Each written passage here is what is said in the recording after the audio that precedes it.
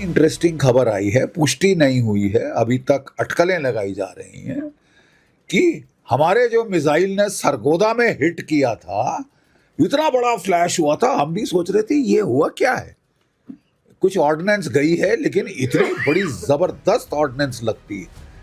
तो एक अटकल लगाई जा रही है कि उनकी वहां पे टनल थी जहां उन्होंने 7 न्यूक्लियर वॉरहेड स्टोर किए हुए थे। इसका मतलब अगर ये सच है तो इसका मतलब कि पाकिस्तान के जो 7 थे वहां पे उस टनल में, क्योंकि दुनिया को कैसे पता चलेगा कि पाकिस्तान यहां जिस तरीके से शैतानियत के तहत कुछ कर रहा है उसमें खुद ही का हाथ उसने जला लिया हो। यह भी हो सकता है कि यहां जब चल रहे थे इधर से फायर उधर से मिसाइल तो ऐसा कुछ हो गया हो, लेकिन आपने तो एड्रेस ही नहीं दिया था कि यहां हम ऐसा कुछ कर रहे हैं। तो यह ऐसा थप्पड़ है जो अगर लगा भी है तो बताया नहीं जा सकता। मेजर आर्या जी, और इसके बारे में आपने बिल्कुल ठीक बोला कि पाकिस्तानी इसके बारे में डिस्कस नहीं कर रहे। हाँ, किराना के बारे में कोई ज्यादा बातचीत नहीं हो रही, ना हाँ बोल रहे हैं ना बोल रहे हैं। हाँ। या तो सिंपल बोले कि भाई भारत ऐसा गलत बयानी कर रहा है, प्रोपेगेंडा है। हाँ। और ऐसी कोई स्ट्राइक नहीं हुई। हाँ। तो हमें बात समझ में आ जाएगी। हाँ। वैसे भी लेकिन I don't believe DG ISPR, क्योंकि उन्होंने तो वीडियो गेम दिखा दिया था। हाँ। भाई वीडियो गेम दिखा देता है। बिल्कुल वो कहता है तुम लोग वीडियो गेम देखो, हमने रफेल गिरा दिए। फिर पाकिस्तानी खुद फैक्ट चेक करके बोलते हैं सर ये तो वीडियो गेम है। वो जो नेवल आपके जो आपकी पूरी जो कहते हैं नेवी तैनात है, पाकिस्तान की नेवी, पता लगा 4-5 साल पुरानी फोटोग्राफ है वो। तो पाकिस्तान में ये सब चलता है। लेकिन ये जो किराना हिल्स और न्यूक्लियर की आप बात कर रहे हैं, इसके बारे में कम से कम एक बात तो तय है, Pakistan does not want to discuss it. अब वहां पे कुक हो गए अंदर, वहां पे मिसाइल मारी हमने, उनके न्यूक्लियर वेपन्स बर्बाद हो गए। आई डोंट नो, मुझे नहीं पता, लेकिन एक बात मुझे पता है कि पाकिस्तान चुप्पी साधे हुआ है। और क्यों ये किसी को नहीं पता कि वादे आर नॉट टॉकिंग। दिनेश, एक बात तो मुझे समझ में आती है कि उनका डीजी आईएसपीआर कुछ कहे, लेकिन जो उनके एयर ऑफिसर ब्रीफिंग दे रहे थे और चार्ट बना के पावर पॉइंट प्रेजेंटेशन बता रहे थे कि हमने आदमपुर यहाँ ये हमले किए, जी जी जी, उसमें एक बड़ी अजीब सी बात उन्होंने बताई जो कि फाइटर एयरक्राफ्ट पे सूट ही नहीं करती है। क्या? उन्होंने कहा हमारे एयरक्राफ्ट जो हैं वो 1 आवर तक उसमें थे। Any fighter aircraft usual time of airborne being airborne is 22 to 24 minutes with full load.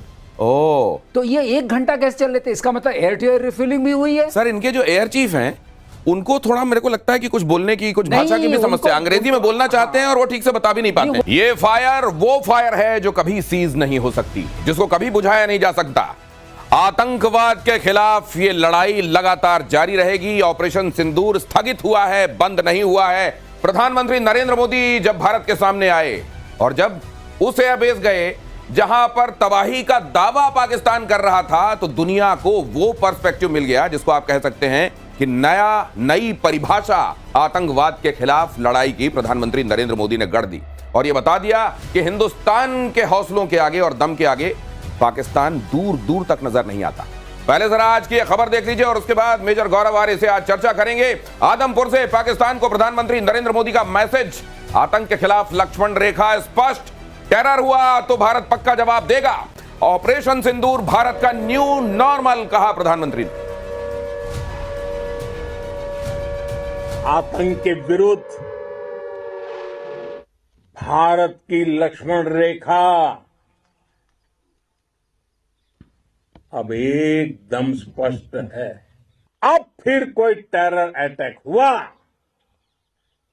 तो भारत जवाब देगा, पक्का जवाब देगा। और अब तो ऑपरेशन सिंदूर भारत का न्यू नॉर्मल है। और आतंक के खिलाफ एक्शन पर प्रधानमंत्री नरेंद्र मोदी के 3 सूत्र, शत्रु के खिलाफ अब 3 सूत्र तय हो गए हैं। आतंकी हमला हुआ तो अपनी शर्तों पर जवाब दिया जाएगा। न्यूक्लियर ब्लैकमेल नहीं सहेगा भारत। आतंकी आका और आतंक परस्त सरकारों में कोई भेद नहीं होगा, दोनों को एक तरीके से देखा जाएगा। मुझे याद आ रहा है मेजर गौरव आर्य से जब ये पहलगाम वाली घटना हुई थी और हम लोगों ने ये चर्चा शुरू की थी, मेजर गौरव आर्य ने एक बात स्पष्ट कही थी कि प्रधानमंत्री नरेंद्र मोदी जी को एड्रेस करते हुए उन्होंने कहा था कि नरेंद्र मोदी जी, इसी दिन के लिए सेना में हम भर्ती होते हैं, यही वो वक्त है, हमको आज्ञा दीजिए, हमको मौका दीजिए और एक बार पाकिस्तान को बताने दीजिए कि उसकी औकात क्या है और हिंदुस्तान की हैसियत क्या है। और मेजर गौरव आर्य जी। ये हुआ, आपकी तो मुराद पूरी हुई जी। मैं ये जानना चाहता हूं कि ये प्रधानमंत्री नरेंद्र मोदी, बीच में कई तरह की बातें आई, ये सीज फायर क्यों हुआ, क्या हुआ, हम तो उधर आगे जा रहे थे, फिर बीच में क्या हुआ, क्या हमको यहां सीज फायर करना चाहिए, वगैरह वगैरह वगैरह। जी। आपके दिमाग में ये जो बातें कल प्रधानमंत्री नरेंद्र मोदी ने आज आदमपुर में जो कहीं, अंडरलाइन करने वाली बात आपको क्या लगी?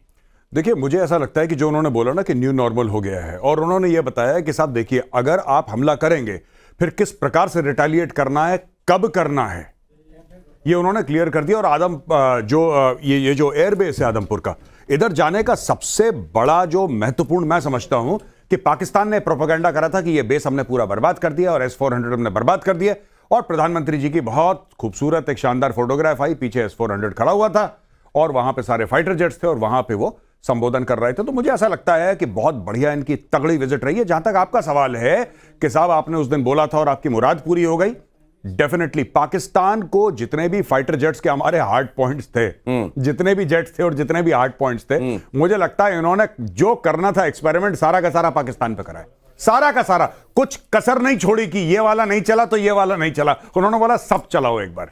और एक बात और समझ लीजिए कि भारत अभी तो उतना बता भी नहीं रहा है, क्योंकि भारत को बड़का मारने की आदत नहीं है, बड़े बड़े बोल बोलने की आदत नहीं है। भारत ने जितना मारा है असल में उससे कम ही बताया है, और उसकी वजह दो हैं। एक तो हमारा चरित्र ऐसा नहीं है कि हम इस तरह की बातों को बड़ा बढ़ चढ़ कर बताएं। हमारी भुजाओं की ताकत अपने आप में इस बयान का इसको जोर जोर से बताती है कि हमने किया क्या है। आज वहां से जो तस्वीरें आ रही हैं, अलग अलग जगहों से पाकिस्तानी खुद जो तस्वीरें भेज रहे हैं, उनको देखकर दुनिया को अंदाजा हो रहा है। लेकिन अभिजीत अय्यर मित्रा हमारे साथ जुड़ रहे हैं। ये अभिजीत जी, इसका सिग्निफिकेंस, स्ट्रैटेजिक सिग्निफिकेंस दुनिया में परिभाषाओं के हिसाब से, क्योंकि कुछ एक परिभाषाएं हैं जो दुनिया में काम करती हैं, डेफिनेशंस, भारत का ये न्यू नॉर्मल दुनिया के लिए क्या संदेश? देखिए, ये संदेश बहुत साफ साफ है कि आप हम पे अंतर्राष्ट्रीय दबाव नहीं डाल सकते हैं। कल जो प्रधानमंत्री ने स्पीच दिया था वो बस पाकिस्तान के लिए नहीं था, वो सबसे ज्यादा तो ट्रंप के लिए था, क्योंकि ट्रंप ही बोल रहे थे ना कि क्या हमने जबरदस्ती डील करवाया, ट्रेड का धमकी दिया। तो प्रधानमंत्री ने क्या बोला? Trade and terror can not go together.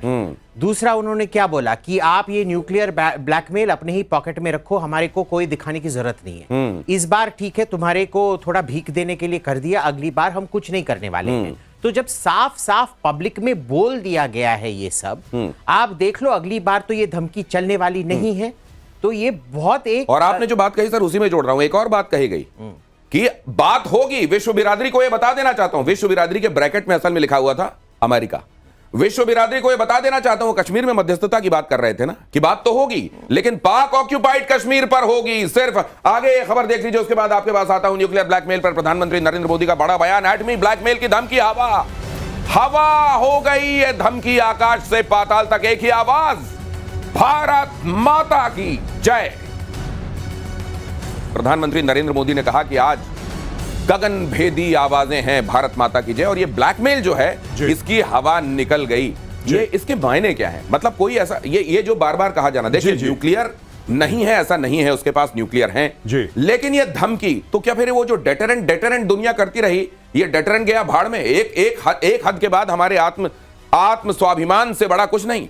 देखिए दिनेश, मैं आपको बताता हूं कि कई बार ऐसा हुआ कि पाकिस्तान ने हमारे ऊपर हमला करा, चाहे कन्वेंशनल करा चाहे आतंकी करा। कन्वेंशनल जैसे कारगिल हो गया, इन्होंने हाइट्स ऑक्यूपाई करी कारगिल में, और भारत ने फिर भी लाइन ऑफ कंट्रोल पार नहीं की, क्योंकि कहीं ना कहीं दिमाग में यह था कि भाई 1998 में इन्होंने एटमी धमाके करे हैं, it's a de facto nuclear state, हमारे ऊपर हमला कर देंगे, एस्केलेशन ऑफ कॉन्फ्लिक्ट हो जाएगा। यही 26/11 में यही हुआ, और हर समय आज तक यही होता चला आया है कि पाकिस्तान एक न्यूक्लियर अम्ब्रेला या न्यूक्लियर ओवरहैंग के तहत उसकी जो मर्जी हो वो करता है। पीके श्रीवास्तव एयर वाइस मार्शल, उनको इंतजार और आपको करना भी नहीं चाहिए सर। आज जिस तरह एयरबेस में जाकर जय जयकार हुई है, आपसे भी बात होगी, अपनी बात पूरी कीजिए जी। तो वहां पे ये सारी की सारी चीजें पाकिस्तान धमकी देता था दुनिया को, लेकिन अब भारत ने बोल दिया है कि इनकी धमकी खोखली है। अच्छा, न्यूक्लियर वेपन की ताकत क्या है? ये नहीं कि वो चलेगा तो शहर बर्बाद हो जाएगा। बात यह है कि nuclear weapons are supposed to prevent war, they are supposed to prevent, you know, कि मतलब वो बेसिकली डेटरेंट होते हैं कि भाई मेरे पास मत आना, मेरे पास न्यूक्लियर है। इंडिया ने बोला, जैसा आपने बताया, बिल्कुल ठीक बताया, कि अपनी जेब में रखो बेटा। क्या आपने बताया? जेब में रखो, अपनी जेब में रखो, तो जेब में रखो, कहानी खत्म।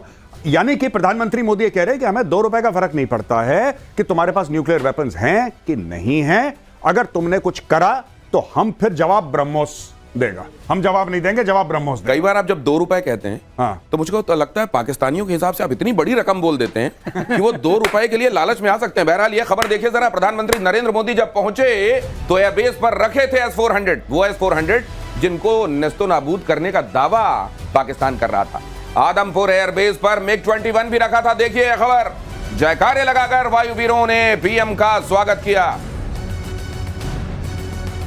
Air vice marshal PK Srivastava हमारे साथ जुड़ गए। सर, ये एयरबेस बहुत चर्चा में था और बड़े दावे उधर से हुए थे। प्रधानमंत्री नरेंद्र मोदी का यहां पहुंचना, आप भी देख रहे होंगे, जरा वहां पे बैकग्राउंड में भी क्या क्या दिखाई दे रहा है?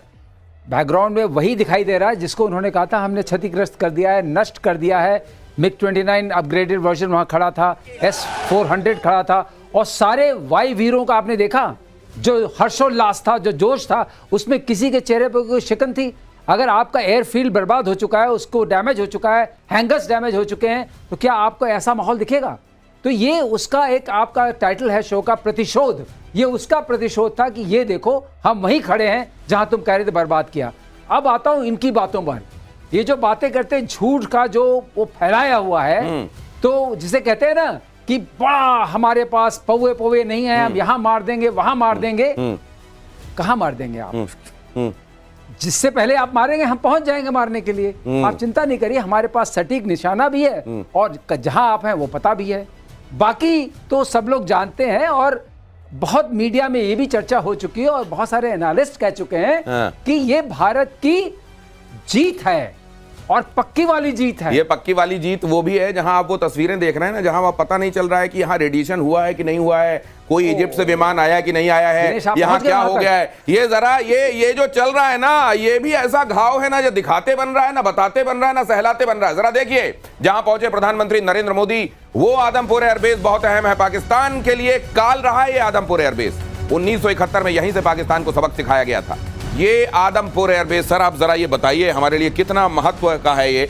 देखिए, आदमपुर एयरबेस की जो लोकेशन है, आपको बता दें एक बार हमारी भी तैनाती वहां हो चुकी है। हम लोग तैनात थे। ये हमारा बहुत ही सेंट्रली लोकेटेड, बहुत फॉरवर्ड एयरबेस है जहां से हम कोई भी स्ट्राइक कर सकते हैं और वह पाकिस्तान की हर वो एयरफील्ड जो मैटर करती है इसकी जद में है। तो इसलिए ये एयरबेस अगर वो नष्ट करने की कोशिश कर रहे हैं और करना चाहते थे तो मैं उनको दाद देता हूं, कोशिश तो करते, लेकिन क्या कोशिश करते? इनका जो इन्होंने भय का क्या न्यूक्लियर का और मामला सजा रखा था उसको तो क्लियर कर दिया गया और यह बताया गया कि तुम्हारे डर के आगे हमारी जीत है, तुम्हारे डर के आगे हमारी जीत है। और ये आदमपुर वहां के लोगों को बहुत दिनों से आदमी बनाता रहा है, क्योंकि वहां तो बहुत सारे लोग ऐसे हैं जिनको अगर आप ध्यान से ना देखें तो आदमी जैसे दिखाई देते हैं। ये तो अभिजीत बहुत मतलब ये तो बड़ा अलार्म, और पाकिस्तान की तरफ से इसमें कुछ ना कहा जाना, चुप रहना, जरा इसके मतलब भी समझाइए। देखिए इसमें क्या है ना, हम दोनों देशों के बीच में एक अग्रीमेंट अभी भी कायम है, वो nuclear non attack on nuclear basis. Okay, यानी कि हम 1 जनवरी को हर साल हम एक दूसरे के जो न्यूक्लियर इंस्टॉलेशंस हैं वो एक दूसरे को जीपीएस कोऑर्डिनेट और नाम बताते हैं, उस पे हमला करना मना है। ओके, अब अगर इस पे हमला हुआ है इसका मतलब है पाकिस्तानियों ने हमको इसके बारे में बोला ही नहीं था।